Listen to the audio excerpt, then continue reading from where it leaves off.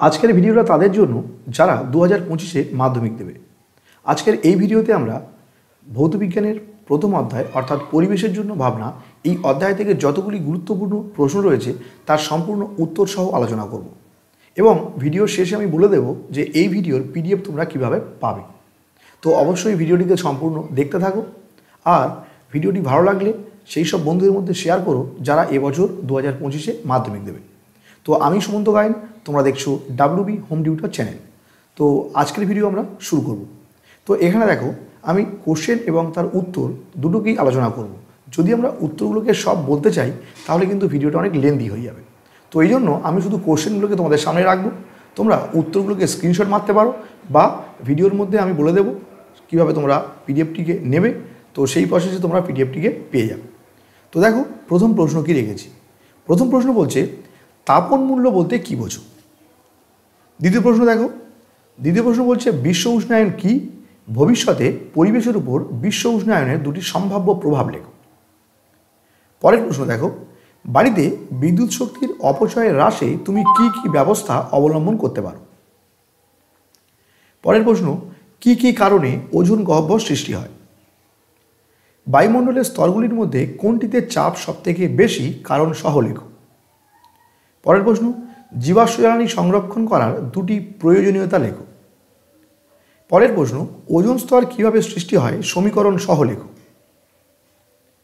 Next, ozone স্তর ধ্বংসে nitrogen যৌগের ভূমিকা লেখো। নেক্সট, ওজোন স্তরকে ওজোন ছত্র বলা হয় কেন।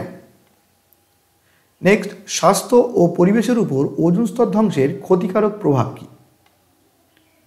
পরের প্রশ্ন, ওজোন স্তর ধ্বংসের কারণ লেখো। গ্রিনহাউস প্রভাব বলতে কী বোঝায়। ওজোন স্তর ধ্বংসে NO আর NO2 এদের ভূমিকা কী। পরিবেশের উপর বিশ্ব উষ্ণায়নের দুটি সম্ভাব্য প্রভাব লেখো। গ্রিনহাউস গ্যাস কাকে বলে, কয়েকটি গ্রিনহাউস গ্যাসের নাম লেখো। পাওয়ার অ্যালকোহল কী, এর উপাদান কী কী। ওজোন স্তর ধ্বংসে CFC এর ভূমিকা আলোচনা করো। ওজোন স্তর কীভাবে সৃষ্টি হয়। NO কীভাবে ওজোন স্তরকে ধ্বংস করে।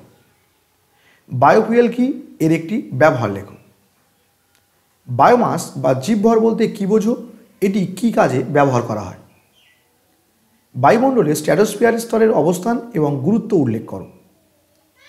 কয়লার একটি নমুনার তাপন মূল্য 30,000 কিলোজুল পার কেজি বলতে কী বোঝায়। স্থিতিশীল উন্নয়নের ধারণাটি কী। মিথেন হাইড্রেট কী, এর সঙ্গে সঙ্গে এর সংকেতটাও তোমরা কমপ্লিট করবে। বিশ্ব উষ্ণায়ন নিয়ন্ত্রণের দুটি উপায় লেখো। স্থিতিশীল বৃদ্ধি ও উন্নয়নের জন্য বায়ুশক্তি ব্যবহার করা হয় কেন।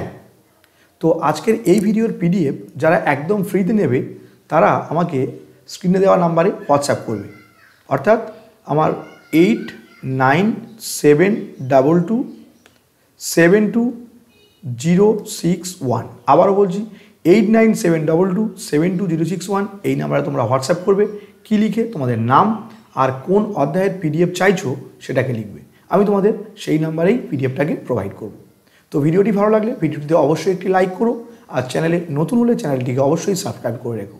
তো আজকের ভিডিও এই পর্যন্ত রাখলাম, দেখা হবে পরের ভিডিওতে।